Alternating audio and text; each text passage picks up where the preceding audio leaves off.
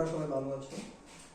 তো আজকে বরাবরের মতোই আজকে আমি তোমাদের সামনে যে বিষয়টি নিয়ে আলোচনা করতে চাই সেটি হচ্ছে এইচএসসি আইসিটি 3.1 এর একটি টপিক, সেটি হচ্ছে বাইনারি যোগ এবং বাইনারি বিয়োগ। আসলে সংখ্যা পদ্ধতির যোগ বিয়োগ বলতে এখানে বাইনারি যোগ, ডেসিমালের যোগ, হেক্সাডেসিমালের যোগ, সবকিছু অক্টালের যোগ, অনেক যোগই আছে। আমরা শুধুমাত্র বাইনারি যোগটা আজকে শিখব। ওকে,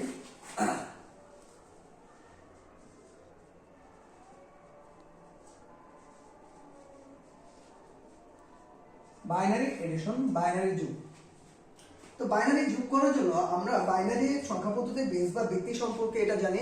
বাইনারি সংখ্যা পদ্ধতির বেস বা ভিত্তি হচ্ছে 2, কারণ এর মৌলিক অঙ্ক হচ্ছে দুইটা, 0 এবং 1। ধরো আমি বাইনারি একটা যোগ করব।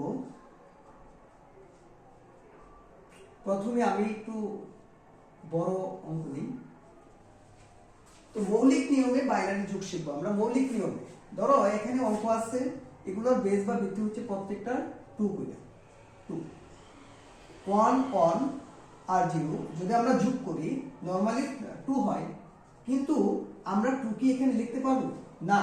2 আমরা লিখতে পারবো না, কারণ বাইনারি সংখ্যা পদ্ধতির মৌলিক অঙ্ক হচ্ছে দুটি, সেগুলো হচ্ছে 0 এবং 1। তা আমরা 0 এবং 1 ব্যতীত অন্য কোনো অঙ্ক এখানে আমরা লিখতে পারবো না। তাহলে দেখি 1 আর 1 হচ্ছে 2।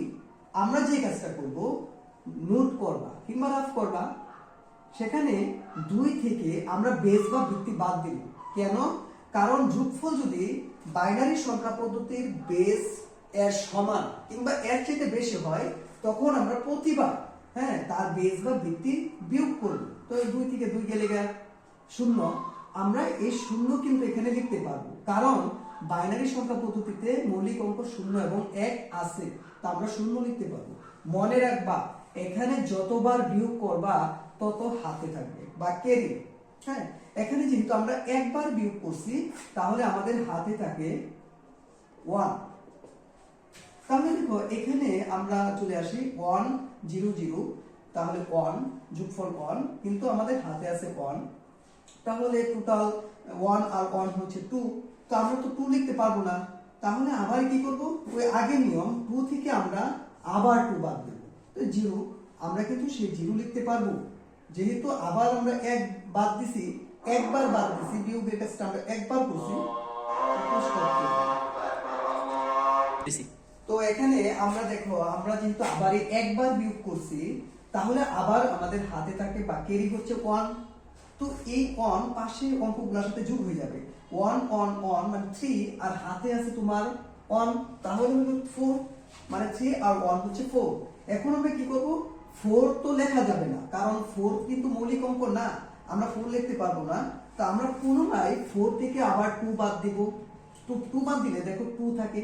তো এই 2 কিন্তু আমরা লিখতে পারবো না। কি বললাম, 4 থেকে 2 বাদ দিছি, আমরা 2 পাইছি, কিন্তু 2 কিন্তু আমরা লিখতে পারবো না, কারণ এটা কিন্তু মৌলিক অঙ্ক না। তো আমরা কি করব, আবার এই 2 থেকে 2 বাদ দেব। দেখো 0 থাকে, তো 0 কিন্তু মৌলিক অঙ্কের মধ্যে আছে, তো আমরা এখানে 0 লিখব। যেহেতু আমরা এখানে 2 বার বিয়োগ করছি, তাহলে আমাদের হাতে থাকে বা ক্যারি হচ্ছে 2। তো দেখো বাম পাশে আর কোনো অঙ্ক নাই, তো আমরা কি করব, এই 2 টি লিখে দেব না, 2 কিন্তু লিখতে পারবো না। আবার যে কাজটা আমরা করব সেটি হচ্ছে এই 2 থেকে আবার 2 বাদ দেব। তাহলে দেখো কত আছে, 0। তা আমরা কিন্তু 0 লিখতে পারবো, যেহেতু আমরা একবার বাদ দিছি, একবার বিয়োগের কাজটা করছি, সেটা আমাদের হাতে ক্যারি আবার 1। তো এই 1 আমরা যেহেতু বামে কোনো অঙ্কই নাই, 1 আবার মৌলিক অঙ্কের মধ্যে একটা, সুতরাং আমরা এই 1টা কিন্তু লিখে দিতে পারবো। তা এইটাই হচ্ছে তোমার বাইনারি যোগ।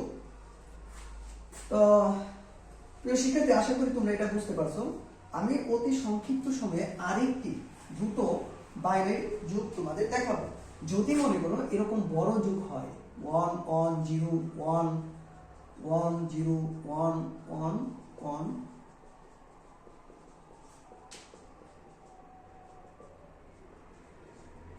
ধরো এই বড় যোগটা আমরা বাইনারি যোগটা করব।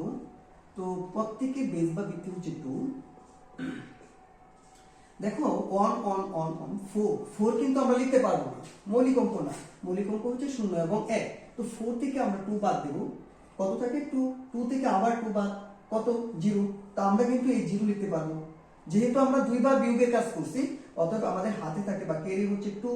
তো দেখো এখানে 1 1 2, আবার হাতে বা ক্যারি হচ্ছে তোমার 2, তাহলে এখানে আবার যোগফল কত 4, 4 থেকে 2 বাদ আবার 2 বাদ থাকে 0, দেখো এই 0 লিখতে পারবো।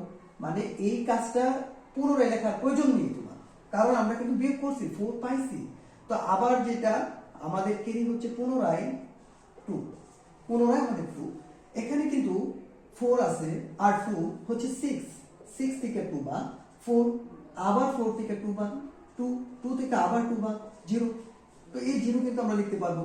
বিয়োগের কাজ কতবার সম্পন্ন করছি 3 বার, তো নিঃসন্দেহে হাতে আছে 3, 1 1 2 আর 3, হ্যাঁ 3 হচ্ছে 5, তো আমরা 5 থেকে 2 বাদ কত 3, আবার 2 বাদ কত 1, 1 কিন্তু আমরা লিখতে পারবো।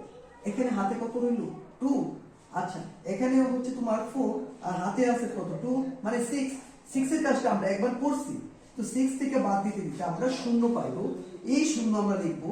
হাতে কত আছে 1 1 1 মানে 3, 3 তো আমরা লিখতে পারবো না, তো 3 থেকে আবার 2 বাদ কত 1, এই 1 কিন্তু আমরা লিখতে পারবো।